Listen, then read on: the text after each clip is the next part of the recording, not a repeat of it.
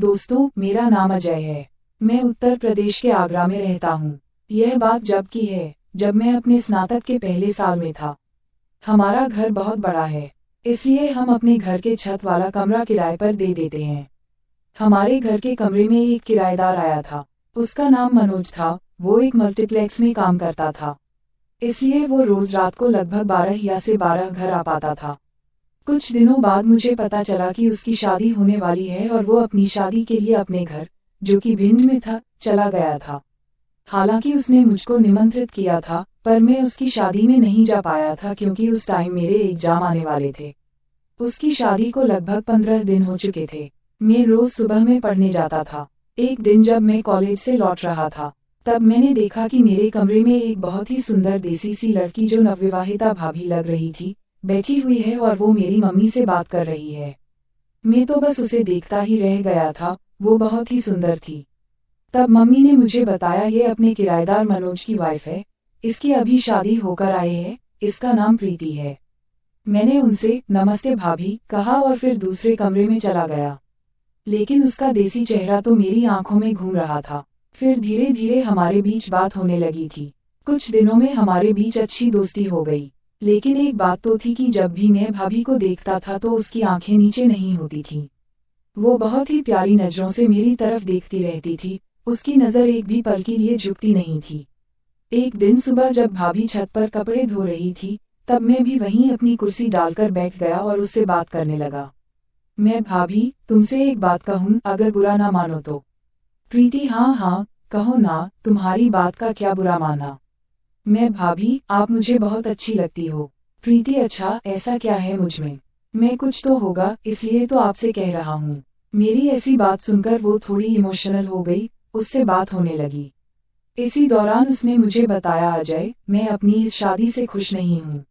मैंने कहा, मैं आपका मतलब नहीं समझा। तब उसने मुझे बताया, मेरे पति यानी कि मनोज के घर वालों ने हमारे घर वालों से झूठ बोलकर ये शादी की है। जब प्रीति ने पूरी बात बताई तो मालूम हुआ कि प्रीति भाभी तो पढ़ी लिखी थी और मनोज बहुत कम पढ़ा लिखा था। इस बात को लेकर वो बहुत परेशान थी। तब मैंने उसे समझाया, अब भाभी, जो हो गया उसे जाने दो, अब आगे के बारे में सोचो।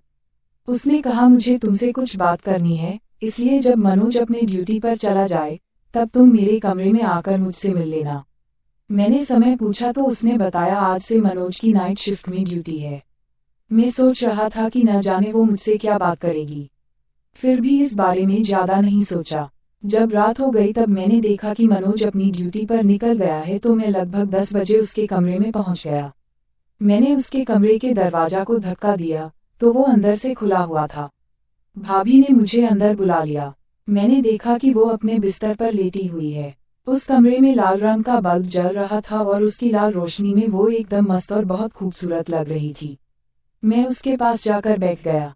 प्रीति ने उठकर कमरे की कुंडी अंदर से बंद कर दी। मैं समझ नहीं पा रहा था कि क्या करूं।